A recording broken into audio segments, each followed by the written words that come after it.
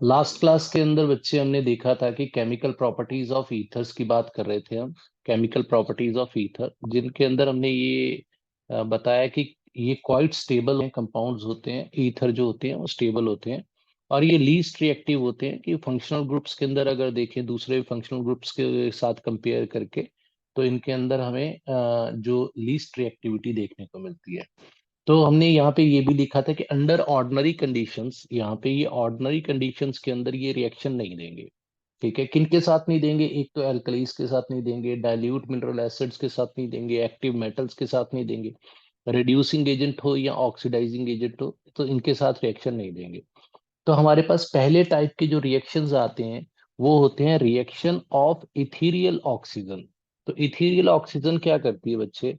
हमारे पास जो ethereal oxygen present होती है ईथर के अंदर, उसके रिएक्शंस को हम देखते हैं। ठीक है, तो सबसे पहली टाइप आती है यहाँ पे एक्शन ऑफ एयर।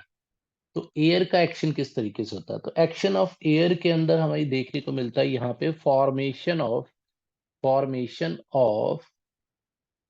पर ऑक्साइड्स की फॉर्मेशन हो रही है। ठीक है, तो हमारे पास यहाँ पे फॉर्मेशन ऑफ पर ऑक्साइड्स होंगे बच्चे, अगर हम एयर की प्रेजेंस के अंदर ईथर का रिएक्शन करवाएंगे तो। ठीक है, ये हमारे पास पहला रिएक्शन था इथीरियल ऑक्सीजन। यहाँ पे किस तरीके, तो इनके अंदर हम किस तरीके से थ्योरी के अंदर मेंशन करते हैं कि on exposure on exposure on exposure to sunlight, sunlight के अंदर एक्सपोज करने से ईथर क्या करते हैं? Ethers slowly reacts with oxygen. ठीक है, ऑक्सीजन फ्रॉम एयर।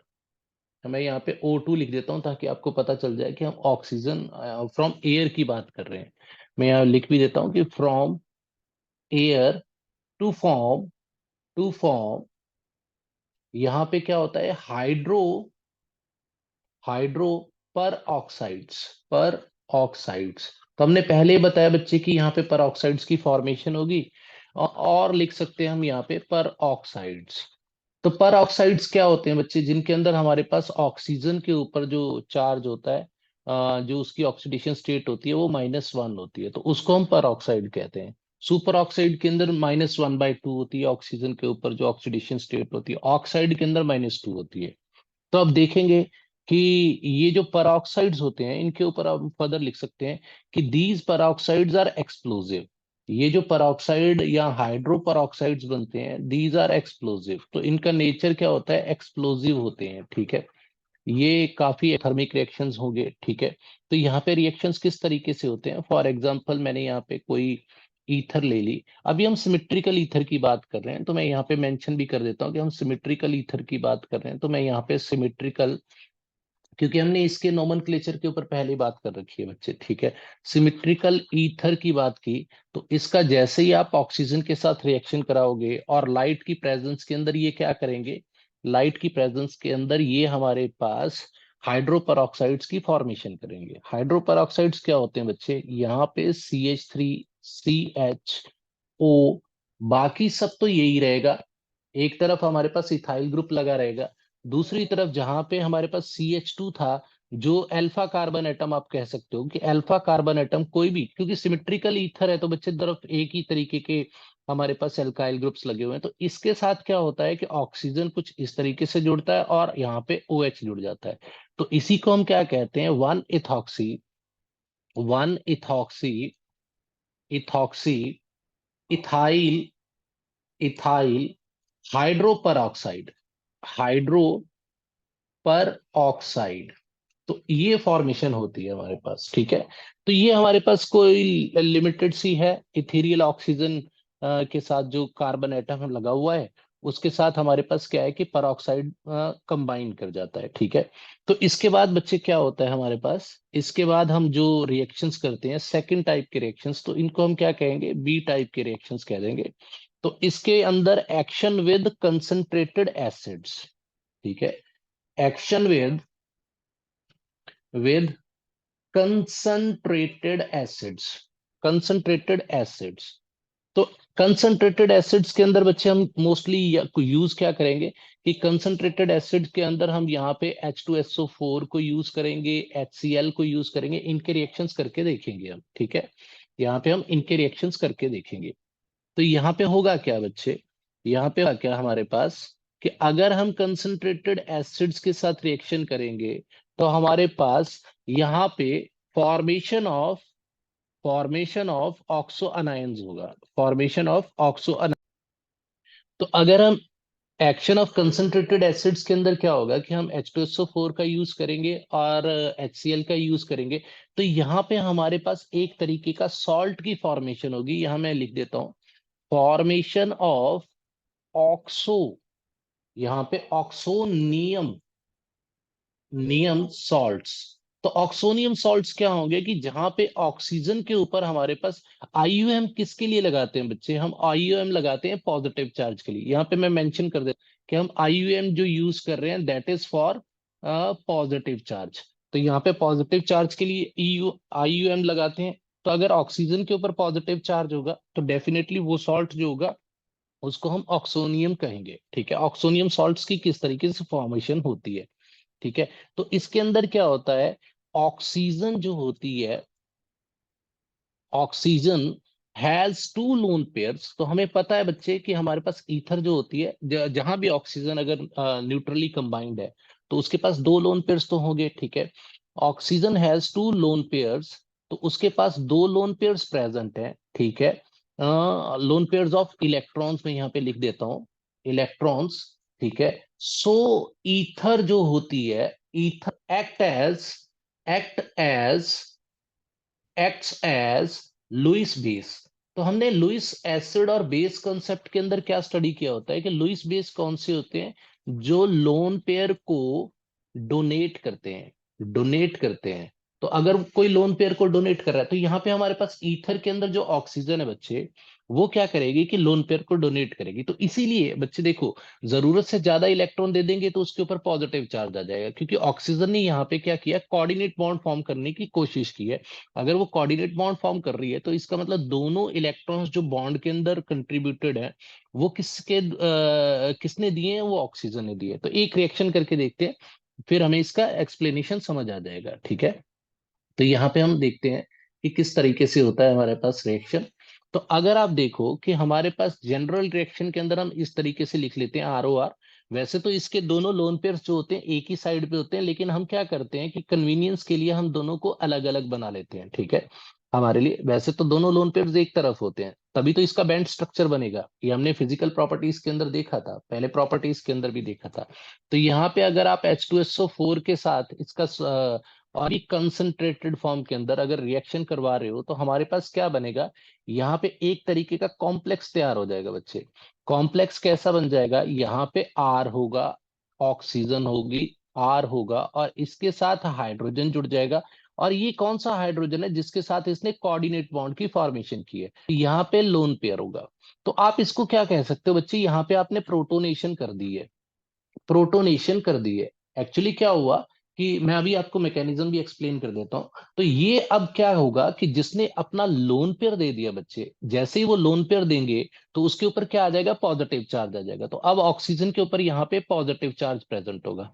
तो ये पॉजिटिव चार्ज के साथ क्या होगा बच्चे कि हमारे पास जो बच गया H2SO4 के अंदर, क्योंकि एक H+ तो इसने कंज्यूम कर लिया, तो अब बाकी क्या बचेगा हमारे पास। H2SO4 किस तरीके से रिएक्शन करता है, जैसे ही आप उसका रिएक्शन करवाओगे तो उसके अंदर से एक H+ निकलेगा और बाकी क्या बन जाएगा, HSO4-। तो ये HSO4- जो होगा बच्चे, ये हमारा जाके जुड़ जाएगा इसके साथ। तो ये यहाँ पे जाके जुड़ जाएगा, यहाँ पे HSO4- जुड़ जाएगा। तो एक तरीके का कॉम्प्लेक्स बन गया। और इस कॉम्प्लेक्स को हम क्या कहते हैं बच्चे, इसका नाम होता है डाई। तो यहाँ पे हम जनरल नेम ही लिख रहे हैं बच्चे, जो भी यहाँ पे एल्काइल ग्रुप्स लगे होंगे उनका नाम भी आप लिख सकते हो, लेकिन यहाँ पे हमने R लिया है तो इनको हम एल्काइल ही कंसिडर करेंगे। तो डाई एल्काइल, ठीक है, di alkyl oxonium, oxonium hydrogen,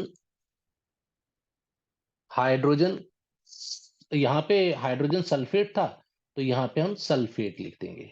ठीक है, हाइड्रोजन सल्फेट। तो हाइड्रोजन सल्फेट कौन सी चीज है बच्चे, ये देखो, ये जो था ये था ये, ठीक है, और ये जो था ये था ये, जो इसके अंदर बना हुआ है, ठीक है, इसी की हम बात कर रहे थे। तो अब हो क्या रहा है बच्चे, एक्चुअली यहाँ पे हमारे पास अगर आर ओ आर ले रहे हो, ठीक है, आर ओ आर ले रहे हो, तो मैं अभी लोन पेयर दोनों, क्योंकि मैंने थोड़ा बैंड स्ट्रक्चर बना दिया, तो जैसे ही इसके ऊपर H प्लस आएगा, तो यहाँ से लोन पेयर्स जो होंगे वो क्या करेंगे कि H प्लस की तरफ मूव कर जाएंगे। क्यों? क्योंकि H प्लस यहाँ पे क्या है कि इलेक्ट्रॉन डेफिशिएंट है। वो किस तरीके से काम करेगा, ये एक तरीके से इलेक्ट्रोफाइल का काम करेगा, और हमारे पास ईथर के जो लोन पेयर्स हैं वो न्यूक्लियोफाइल का काम करेंगे। तो ये क्या करेंगे कि एक तरीके का कंपाउंड बना देंगे यहाँ पे आर ओ, और यहाँ पे एक लोन पेयर तो प्रेजेंट है जिसके साथ हाइड्रोजन जुड़ गया, इसने कोऑर्डिनेट बॉन्ड की फॉर्मेशन की, लेकिन कोऑर्डिनेट बॉन्ड फॉर्म करते ही ऑक्सीजन के ऊपर यहाँ पे पॉजिटिव चार्ज आ जाएगा। तो ये देखो पॉजिटिव चार्ज का हमारे पास कंपाउंड बन गया, और जो हमारे पास यहाँ पे बना था वो इसके साथ आके जुड़ जाएगा, ये यहाँ के आके जुड़ जाएगा, ठीक है। तो इस तरीके से हमारे साथ मतलब कि कंसंट्रेटेड एसिड इसके साथ रिएक्शन करते हैं, ठीक है बच्चे। Yes sir. ओके, तो नेक्स्ट रिएक्शन देखते हैं। नेक्स्ट रिएक्शन भी कुछ बच्चे सेम ही है। तो यहाँ पे आप क्या कर सकते हो कि ईथर को एज अ लुईस बेस भी कह सकते हो, इसको आप यहाँ पे लुईस बेस भी कह सकते हो। यहाँ पे ये लुईस बेस की तरह एक्ट कर रही है, ठीक है, क्योंकि इसके सामने एसिड प्रेजेंट है, तो इसको बेस की तरह ही एक्ट करना पड़ेगा, ठीक है। दूसरी तरफ हमारे पास क्या है बच्चे, लुईस बेस। फिर हम एक एग्जांपल ले लेते हैं। एग्जाम्पल के अंदर हमने क्या किया, C2H5 ऑक्सीजन, यहाँ पे मैं बैंड स्ट्रक्चर बना रहा हूँ, ठीक है, ताकि हमें सही तरीके से इसका स्ट्रक्चर भी समझ आ जाए। जैसे ही आपने इसका H2SO4 के साथ रिएक्शन किया, और ये भी कंसंट्रेटेड फॉर्म में था, तो यहाँ से H2SO4 के अंदर से क्या निकलेगा बच्चे, यहाँ से निकलेगा यहाँ पे H पॉजिटिव। तो H पॉजिटिव को ये लोन पेयर क्या होंगे, ये डोनेट हो जाएंगे। तो अगर ये डोनेट होंगे तो यहाँ पे कोऑर्डिनेट बॉन्ड बन रहा है, और इसके ऊपर आ जाएगा पॉजिटिव चार्ज। तो हमारे पास रिएक्शन क्या बनेगा, हमारे पास यहाँ पे क्या बन जाएगा, C2H5O, इसके पास अब लोन पेयर है, और इसके साथ एक हाइड्रोजन जुड़ा हुआ है, और इसके साथ एक C2H5 जुड़ा हुआ है, और इसके बाहर क्या था, इसके अंदर से जो बच गया बच्चे, HSO4 था, वो यहाँ पे आप जोड़ दो। तो इसका नाम क्या हो जाएगा बच्चे, अब एल्काइल ग्रुप्स तो लिखेंगे नहीं हम यहाँ पे, एल्काइल ग्रुप्स यहाँ पे मेंशन नहीं करेंगे, तो इसलिए हमें क्या करना पड़ेगा कि इसका नाम बताना पड़ेगा। तो अब यहाँ पे क्या होगा, जो एल्काइल ग्रुप्स थे उनकी जगह पे हम क्या लिख देंगे, यहाँ पे हमने क्या ऊपर लिखा था, डाई एल्काइल ऑक्सोनियम, तो यहाँ पे क्या आ जाएगा, डाई इथाइल, इथाइल ऑक्सोनियम, ठीक है। तो बाकी तो ये हाइड्रोजन सल्फेट ही है, इसको आप हाइड्रोजन सल्फेट ही लिख दो, ठीक है बच्चे। फिर हमारे पास, ओके, यस सर। ओके बच्चे, फिर इसके बाद हमारे पास रिएक्शन क्या होगा, हम एक और रिएक्शन देखेंगे, उसके बाद हम मूव कर जाएंगे। तो यहाँ भी हम क्या करते हैं, सेम ईथर ले लेते हैं, सिमेट्रिकल ईथर हम यहाँ पे बात कर रहे हैं। इसके पास दो लोन पेयर्स प्रेजेंट हैं, C2H5 यहाँ पे भी लगा हुआ, और इसका रिएक्शन है HCl के साथ, और ये भी क्या है, कंसंट्रेटेड है। तो अब इसके अंदर से भी क्या रिलीज होगा बच्चे, ये भी अपने अंदर से देगा H पॉजिटिव। तो ये H पॉजिटिव जो होगा, ये का लोन पेयर अट्रैक्ट करेगा अपनी तरफ, क्योंकि यहाँ पे ये बच्चे एसिड की तरह बिहेव कर रहा है, और ये लोइस बेस की तरह है, इसको आप लोइस बेस कह सकते हो, क्योंकि जो भी लोन पेयर डोनेट करेगा तो वो लोइस बेस की तरह बिहेव करेगा, ठीक है, उसको हम लोइस बेस कहेंगे। तो यहाँ पे होगा कुछ नहीं चेंज बच्चे, हमारे पास सब कुछ वैसा ही होगा जैसा पहले रिएक्शन के अंदर हुआ है। एक लोन पेयर प्रेजेंट है, एक कोऑर्डिनेट बॉन्ड के साथ हाइड्रोजन जुड़ा हुआ है, फिर C2H5 है, और ये ऑक्सोनियम आयन बना हुआ है, ठीक है, और ये बाहर क्या हो गया, Cl जुड़ गया, और Cl के ऊपर नेगेटिव चार्ज है। तो यहाँ पे हमारे पास क्या हो जाएगा, इसका नाम हो जाएगा डाई इथाइल ऑक्सोनियम, ठीक है। तो बाहर तो अब हाइड्रोजन क्लोराइड,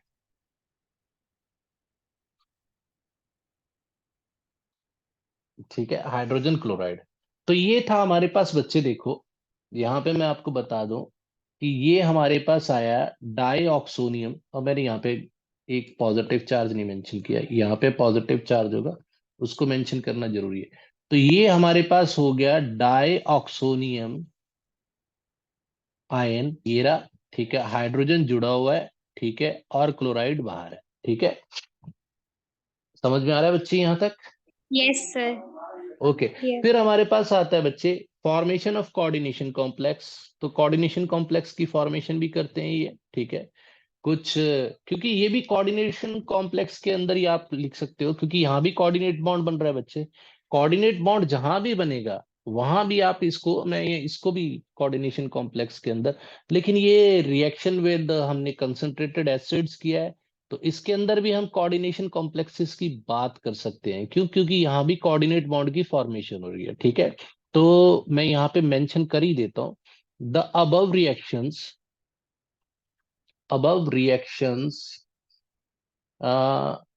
रिएक्शन फॉर्म, यहाँ पे मैं फॉर्म लिख देता हूँ, form coordinate bond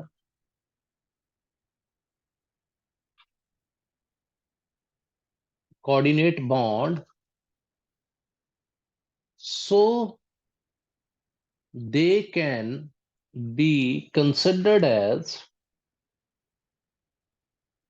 as coordination complexes, ठीक है। इनको भी हम कोऑर्डिनेशन कॉम्प्लेक्सेस के अंदर डील कर सकते हैं। फिर उसके बाद बच्चे हमारे पास क्या होता है कि कुछ लुईस एसिड्स के साथ इसका रिएक्शन कर सकते हैं, क्योंकि अभी तो हमने कंसंट्रेटेड एसिड्स के साथ किया है, ठीक है। तो इसको मैं यहाँ पे स्टार कर देता हूँ। तो अभी तो हमने क्या किया है कि कंसंट्रेटेड एसिड जो मिनरल एसिड्स थे उनके साथ रिएक्शन किया है। तो अभी हम देख लेंगे कि यहाँ पे हमारे पास क्या होगा कि मान लो कि हम यहाँ पे लुईस एसिड का, मैं यहाँ पे लिख ही देता हूँ कि reaction of ether with Lewis acids.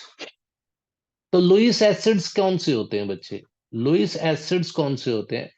Lewis acids हम उनको कहते हैं कि ये न्यूट्रल स्पीसीज होते हैं, neutral electron deficient species, electron deficient species होते हैं। इनको हम क्या कहते हैं? लुईस एसिड कहते हैं। तो यहाँ पे आप लुईस एसिड की जगह पे क्या लिख सकते हो बच्चे? जैसे आप देखो, लुईस एसिड की जगह पे हम यहाँ पे तो हम BF3 की एग्जांपल लेंगे, क्योंकि आप देखो बोरॉन के साथ अगर 3 फ्लोरीन जुड़े हुए हैं, ठीक है, तो अब ये क्या है बच्चे? है तो ये न्यूट्रल, लेकिन इसका ऑक्टेट कंप्लीट नहीं है, तो ये इलेक्ट्रॉन डेफिशिएंट है। यहाँ पे देखो, ऑक्टेट कंप्लीट के लिए 8 इलेक्ट्रॉन्स की रिक्वायरमेंट थी, तो यहाँ पे हमारे पास इलेक्ट्रॉन्स कितने प्रेजेंट है? Only 6 electrons are present. तो यहाँ पे हम इसको क्या कह सकते हैं? लुईस एसिड कह सकते हैं, क्योंकि ये इलेक्ट्रॉन डेफिशिएंट स्पीसीज है। AlCl3 की भी हम बात कर सकते हैं, यहाँ पे AlCl3। तो इस केस के अंदर भी क्या होता है बच्चे कि इसके पास भी क्या है कि अब ऑक्टेट तो इसका कंप्लीट नहीं है, लेकिन इसके ऊपर कोई चार्ज भी नहीं प्रेजेंट होता। तो जो न्यूट्रल स्पीसीज होगा, जो भी इलेक्ट्रॉन डेफिशिएंट होगा, उसको हम क्या कहेंगे? उसको कहेंगे लुईस एसिड। तो लुईस एसिड के साथ हमारे पास रिएक्शंस जो भी होंगे वो किस तरीके से करेंगे? फॉर एग्जाम्पल हम यहाँ पे बात करते हैं BF3 की। तो लुईस बेस तो हमने पहले ही इसको डिक्लेयर कर दिया। तो हमारे पास कुछ इस मॉलिक्यूल को कुछ ऐसा बना लेते हैं ताकि हमारे पास इसको अंडरस्टैंड करना C2H5, तो हमारे पास इसको अंडरस्टैंड करना इजी हो जाए।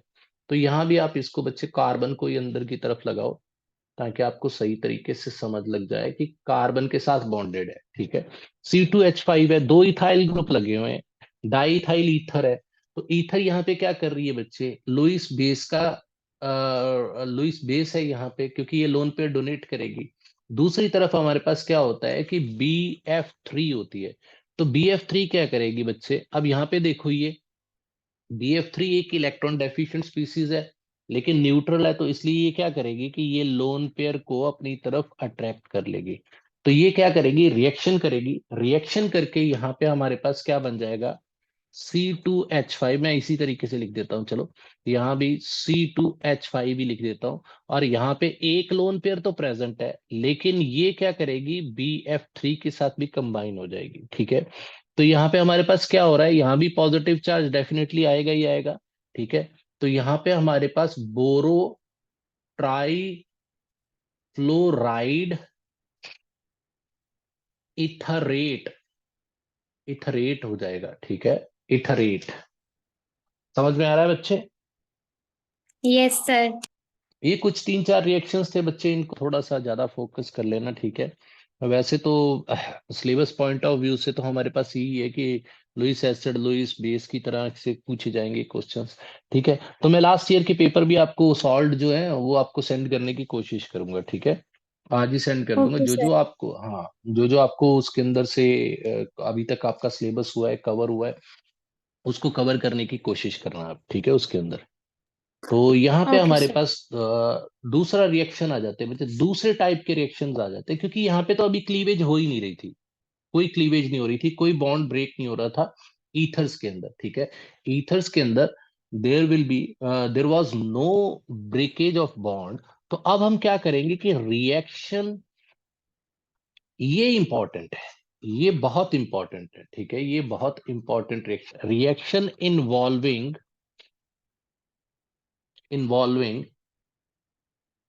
Cleavage of oxygen and carbon, मैं इसको कार्बन एंड ऑक्सीजन ही लिखता हूं, ठीक है। Carbon and oxygen bond. तो यहाँ पे देखो बच्चे कि हमारे पास ईथर के साथ दोनों तरफ ही कार्बन जुड़ी हुई थी, अब बॉन्ड हमारा ब्रेक होगा, ठीक है। ये बहुत इंपॉर्टेंट रिएक्शन है। तो सबसे पहला यहाँ पे हम क्या कर रहे हैं, सबसे पहला हम यहाँ पे, अब कंडीशंस को बच्चे सॉरी, अब कंडीशंस हमारे पास क्या थी, हम कह रहे थे कि नॉर्मल कंडीशंस के अंदर तो करेंगे नहीं, तो यहाँ पे हम फिर से हैलोजन एसिड्स की यूज करेंगे, ठीक है। पहले हमने क्या किया था, मिनरल एसिड्स का यूज किया था, अब हम हैलोजन एसिड्स का यूज करें, ठीक है। तो HCl के साथ तो बात नहीं बनी क्योंकि कॉम्प्लेक्स बन रहा था, तो यहाँ हम बहुत स्ट्रॉन्ग हैलोजन एसिड्स का यूज करेंगे, जो कि है रिएक्शन विद, और इसके ऊपर हम बात भी करेंगे क्यों हम स्ट्रॉन्ग हैलोजन एसिड्स के साथ ही रिएक्शन करते हैं, ठीक है। रिएक्शन विद हैलोजन एसिड्स, ठीक है। और यहाँ पे स्पेशली हमारे पास कौन से होंगे, HBr, बच्चे HCl की बात नहीं हम कर रहे, HBr एंड HI। तो हमने पहले ही दिया बच्चे, इन दोनों की एसिडिक स्ट्रेंथ को अगर कंपेयर करें, तो सबसे ज्यादा स्ट्रॉन्ग जो हैलोजन एसिड होता है वो HI होता है, उसके बाद HBr, फिर सब उससे कम होता है HCl, सबसे कम जो होता है, कमजोर जो होता है, दैट इज HF, ठीक है। तो यहाँ पे हम लिख सकते हैं कि halogen acids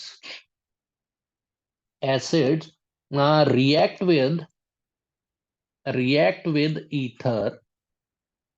ether form to form corresponding alcohol and alkyl halide, alkyl halide. तो अब हमें देखने को मिलेगा, और यहाँ पे एक बहुत ही एक नंबर का क्वेश्चन बनता है बच्चे हमारा, कि एल्काइल हैलाइड के साथ कौन सा पार्ट जाएगा। अगर तो हम सिमेट्रिकल कर रहे हैं बच्चे, फिर तो हमें कोई प्रॉब्लम ही नहीं है, सिमेट्रिकल ईथर है हमारे पास, तो मैं पहले आपको लिख ही देता हूँ। मान लो कि हमारे पास एक जनरल रिएक्शन हम कर रहे हैं, हमारे पास कुछ इस तरीके का यहाँ पे दो लोन पेयर्स प्रेजेंट है, ठीक है। इनके स्ट्रक्चर्स को बनाना बहुत इंपॉर्टेंट है, और यहाँ पे हम HX ले रहे हैं, and X here will be, या तो वो क्या हो सकता है, X विल बी Br, और हमारे पास क्या था, आयोडीन। तो यही दो हो सकते हैं HX। तो हेलोजन एसिड हम यहाँ पे क्या कर रहे थे, HBr, और HI को यूज कर रहे थे। तो इसका जैसे ही आप रिएक्शन कराओगे तो आपके पास अल्कोहल बन जाएगी और साथ में RX बनेगा। तो यहां तो हम क्या कर रहे थे, सिमिट्रिकल ईथर की बात कर रहे थे। लेकिन अगर हमारे पास अनसिमेट्रिकल ईथर है, तो हम यहाँ पे लिख सकते हैं, मैं यहाँ पे पॉइंट लिख रहा हूं, एक नंबर का क्वेश्चन है ये, सीधा सीधा, if the reaction, if we are taking, मैं यहाँ पे दूसरे तरीके से लिख देता हूं, if we are taking, reacting लिखता हूं मैं, reacting unsymmetrical ether, the smaller part, smaller, मैं यहाँ पे स्मॉलर कार्बन चेन पार्ट लिख देता हूं, chain will be attached to alkyl halide. यहाँ पे समझ आया बच्चे, हमारे पास क्या है, अगर हम अनसिमेट्रिकल ईथर ले रहे हैं तो उसका जो स्मॉलर पार्ट होगा वो किसके साथ जाके जुड़ेगा, वो एल्काइल हलाइड के साथ जाके जुड़ेगा। ये बहुत इंपॉर्टेंट है बच्चे, एल्काइल हलाइड के साथ हमारे पास। मैं यहाँ पे कुछ ऐसा ले लेता हूँ, फॉर एग्जांपल मैं एक एग्जांपल ले लेता हूँ यहाँ पे। मान लो कि आर ओ आर और इसको डैश ले लेता हूँ। यहाँ पे हम क्या कह रहे हैं कि आर जो है आर डैश है, that is larger than R, ठीक है। तो यहाँ पे लार्जर का मतलब है कि कार्बन एटम्स ज्यादा है, ठीक है। तो आप जैसे ही इसका एच एक्स के साथ रिएक्शन कराओगे तो हमें आर डैश के साथ ओ एच मिलेगा, प्लस आर के साथ यहाँ पे क्या मिलेगी, एल्काइल हैलाइड। क्योंकि यहाँ पे देखो मैं यहाँ लिख ही देता हूँ कि स्मॉलर पार्ट, ठीक है, smaller part of carbon chain, ठीक है। तो smaller part of carbon chain जो होगा बच्चे ईथर के अंदर, वो किसके साथ जुड़ेगा, जाके एल्काइल हलाइड के साथ, ठीक है। समझ में आ रहा है बच्चे यहाँ तक? Yes sir. ओके। तो एक रिएक्शन भी करके देख लेते हैं, क्योंकि अभी तो हमने जनरल रिएक्शंस देखे हैं, तो एक एग्जांपल कर लेते हैं यहाँ पे।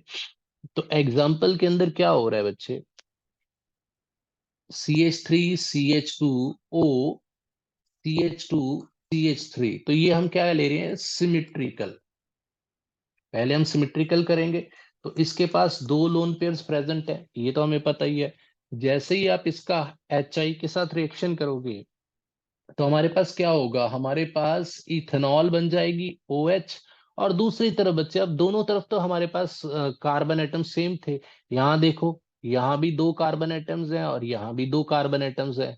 तो हमारे पास क्या होगा कि दूसरी तरफ भी CH3 CH2 और यहाँ पे आयोडाइड आके जुड़ जाएगा। तो यहाँ पे आप कह सकते हो कि इथेनॉल बन जाएगा, ठीक है। तो यहाँ पे क्या होगा, आइडो इथेन, आइडो इथेन, ठीक है। हमारे पास इस तरीके का कंपाउंड बन जाएगा, ठीक है।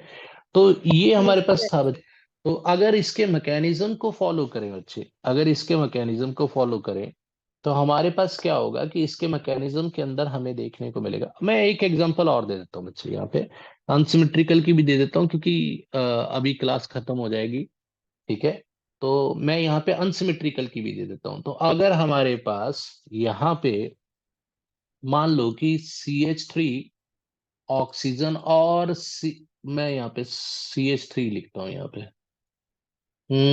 CH2 एंड CH3, तो इसके पास दो लोन पेयर्स हैं, ठीक है। इसके मैकेनिज्म के ऊपर कल हम बात करेंगे, कल की क्लास के अंदर। और कल की क्लास के अंदर हम भी समझेंगे कि क्यों स्मॉलर पार्ट के साथ ही, और ये हमेशा ऐसा नहीं है कि ये हमेशा ही होगा, क्योंकि अब हम क्या करेंगे कि टर्शरी सेकेंडरी और प्राइमरी को भी लेंगे। तो प्राइमरी के अंदर तो ये देखा गया, प्राइमरी और सेकेंडरी के अंदर ये देखा गया कि हमारे पास जो स्मॉलर पार्ट होता है उसी के साथ जाके यहाँ पे ये जो हैलोजन होता है वो अटैच होता है। तो यहाँ पे हमारे पास क्या होगा बच्चे, हम यहाँ पे लिख देंगे कि CH3 इस तरफ था, तो इसके साथ क्या अटैच हुआ, इसके साथ आयोडाइड आयन जुड़ गया हमारे पास। जो ये बड़ा कंपाउंड था, जो बड़ा एल्काइल ग्रुप था, उसके साथ क्या हुआ बच्चे, CH3 CH2 और OH यहाँ पे जाके जुड़ गए। तो अब देखो बच्चे, ये जो था इसके साथ यहाँ पे ये चीज जुड़ी, ठीक है। तो यहाँ पे मैं मेंशन कर भी देता हूँ बच्चे, यहाँ पे हम कह देता हूँ कि स्मॉलर एल्काइल ग्रुप जुड़ा हुआ है, एल्काइल ग्रुप जुड़ा हुआ है, ये सही होगा। स्मॉलर एल्काइल ग्रुप और larger alkyl group, larger alkyl group जो होगा वो किसके साथ जुड़ा है, वो अल्कोहल के साथ जुड़ा है। तो ये चीज को याद रखना, क्योंकि जब भी हमारे पास अनसिमेट्रिकल ईथर्स आएंगे तो उसके अंदर हमें यही देखने को मिलेगा। तो एक रिएक्शन और करते हैं, कल मैकेनिज्म को इसके अंडरस्टैंड करेंगे। तो हमारे पास एक और रिएक्शन है जिसके हमारे पास ऑक्सीजन के साथ यहाँ पे सेकेंडरी ईथर जुड़ा हुआ है। सेकेंडरी ईथर का मतलब यहाँ पे ये है कि ऑक्सीजन के साथ वाला जो कार्बन एटम है उसके साथ दो कार्बन एटम्स जुड़े हुए हैं, दो कार्बन एटम्स यहाँ पे अल्काइल ग्रुप की फॉर्म के अंदर जुड़े हुए हैं, ठीक है। तो हमारे पास ये क्या हो गया, ये हो गया सेकेंडरी ईथर। ये हमने पहले भी कवर किया हुआ है कि क्यों इसको सेकेंडरी ईथर कह रहे हैं। तो अगर हम इसका रिएक्शन HI के साथ करें तो अब भी हमारे पास क्या होगा बच्चे, ये था हमारे पास स्मॉलर पार्ट, ये था हमारे पास स्मॉलर पार्ट, तो स्मॉलर पार्ट के साथ आप क्या जोड़ो, अल्काइल हलाइड को। तो यहाँ पे क्या होगा, CH3 आ जाएगा, और यहाँ पे क्या होगा, CH3 CH3, और यहाँ पे OH जुड़ जाएगा। तो इस तरीके से हमें देखने को मिलेगा बच्चे, इस तरीके से हमें देखने को मिलेगा कि यहाँ पे अब देखो स्मॉलर एल्काइल ग्रुप जुड़ा हुआ है। समझ आ रहा है बच्चे? Yes sir. ठीक है। तो ये था बच्चे हमारे पास रिएक्शंस। ठीक है। तो इसके बाद हमारे पास क्या होता है, और इसकी नेमिंग भी आप कर सकते हो बच्चे। इसकी नेमिंग, इसका नाम क्या होगा बच्चे, आप बताओ। जो हमने अल्कोहल वाला पार्ट बनाया, इसका नाम क्या होगा? 1, 2, 3। सर, टू पे अल्कोहल का ग्रुप। नहीं बच्चे, पहले तो आप देखो, एक फॉर्मूला को फॉलो किया करो। IUPAC नेमिंग के अंदर पहले हम क्या करते हैं कि प्रीफिक्स जोड़ते हैं। ठीक है। फिर हम जोड़ते हैं वर्ड रूट को। फिर हम जोड़ते हैं सैचुरेशन को। ठीक है। फिर जोड़ते हैं हम सफिक्स को। ठीक है। तो ये ओके सर। इंपॉर्टेंट पॉइंट है। तो प्रीफिक्स के अंदर भी क्या होते हैं, हमारे सब्स्टिट्यूएंट्स आते हैं। ठीक है। और देखो यहाँ पे सब्स्टिट्यूएंट तो कोई है नहीं इसके अंदर, तो हमारे पास वर्ड रूट था सबसे पहले। तो वर्ड रूट क्या आ गया, word root will be prop. prop। ठीक है। और सैचुरेशन क्या थी, सारे सिंगल बॉन्ड, तो AN लगा दो। इन तो सफिक्स के अंदर ऑल। हमारे पास फंक्शनली ग्रुप आ जाएगा, लेकिन ऑल की पोजीशन बतानी पड़ेगी ना। To all. Yes sir. हाँ, तो ये टू ऑल। तो फॉर्मूला को जरूर फॉलो करना बच्चे। और प्रीफिक्स के अंदर क्या होता है, हेलोजेंस को हम पहले लिख देते हैं, अल्काइल ग्रुप को बाद में, इस तरीके से भी होता है। ठीक है। तो मैं ओके कंप्लीट सर। फार्मूला किसी दिन क्लास के अंदर मैं आपको एक्सप्लेन कर दूंगा। इस फार्मूले को नहीं छोड़ना बच्चे, IUPAC नेमिंग के अंदर ये याद रखना। Okay sir. ठीक है। और समटाइम्स क्या होता है कि दो फंक्शनल ग्रुप लग जाते हैं, तो जो हमारे पास प्राइमरी फंक्शनल ग्रुप होता है वो सबसे होता है, और प्रीफिक्स के अंदर हमारे पास सेकेंडरी फंक्शनल ग्रुप भी आता है। तो प्रीफिक्स के अंदर क्या क्या चीजें आती है हमारे पास, जैसे हैलोजन हो गया, कोई भी हैलोजन हो गया ये आ जाएगा। कोई भी एल्काइल ग्रुप हो गया वो आ जाएगा। और इसके अंदर जो सेकेंडरी फंक्शनल ग्रुप होता है वो भी आते हैं। ठीक है। तो इस तरीके से हमारे पास होता है, सेकेंडरी फंक्शनल ग्रुप और प्रीफिक्स का हिस्सा बनते हैं ये। ठीक है। तो ये फॉर्मूला कभी मत भूलना बच्चे, इस फॉर्मूले को ओके यूज सर। करते रहना। जैसे आप यहाँ पे देखो, ये देखो, यहाँ पे इसका नाम लिखना है, तो आपको क्या लिखना पड़ेगा, इसके नेमिंग के लिए क्या करना पड़ेगा, आप इसी फॉर्मूले को फॉलो। तो हैलोजन हमने कहाँ पे लिखा है, यहाँ पे लिखा है, हमने प्रीफिक्स के अंदर लिखा है ना हैलोजन को। Yes sir. हाँ, तो क्या होगा, sir, which one are you talking about? I am talking about alkyl halide बच्चे। Alkyl halide. तो ओके ये सर। CH3I जो है, इसका इसका नाम क्या होगा यस। IUPAC ने? सर, सीधा एल्काइल हाँ, आइडो। क्योंकि हाँ, आइडो एल्केन बच्चे, आइडो एल्केन है ना, ये आइडो यस। मीथेन हो जाएगा, क्योंकि वर्ड रूट यहाँ पे मिथ आ जाएगा। Okay sir. ठीक है। तो सैचुरेशन इसके अंदर सारे सिंगल बॉन्ड्स हैं। ठीक है। तो ये यहाँ पे आइडो मिथेन। मिथिक। हाँ, तो क्योंकि सफिक्स तो प्रेजेंट नहीं है इसके अंदर, कोई फंक्शनल ग्रुप तो है नहीं, तो इसी तरीके से हम नाम लिखते हैं बच्चे। ठीक है। For okay. एग्जांपल मैं आपको ये कोई कार्बन एटम दे देता हूँ। मान लो कि इसके पास यहाँ पे एल्डिहाइड ग्रुप लगा हुआ है, यहाँ पे क्लोरो ग्रुप लगा हुआ है, तो आप इसका नाम क्या लिखोगे अब? इसके अंदर आप देखो, से पहले क्या है, प्रीफिक्स के अंदर क्या थे, हैलोजन थे, अल्काइल ग्रुप था, फंक्शनल ग्रुप, सेकेंडरी फंक्शनल, लेकिन यहाँ तो एक ही फंक्शनल ग्रुप है। तो इसका मतलब हमारे पास क्या होगा कि this will become substituent. Substituent क्या होता है, प्रीफिक्स। प्रीफिक्स क्या हो गया, लेकिन हाँ, नो डाउट कि हम प्रेफरेंस किसको देंगे, वो हम फंक्शनल ग्रुप को देंगे। तो काउंटिंग हमारी कहाँ से स्टार्ट होगी, 1, 2, 3, 4, 5। तो अब हमें क्या लिखना पड़ेगा, 3 क्लोरो, यस सर। वही पेंट। प्रीफिक्स बनेगा ना। हाँ, पेंट। यस। फिर हमारे पास कोई डबल बॉन्ड तो है नहीं, इसका मतलब AN लगा दो आगे। ठीक है। Yes sir. तो 1 पे अल लगा दो आगे। ठीक है। तो यहाँ पे क्या हो जाएगा, 3 क्लोरो। ठीक है।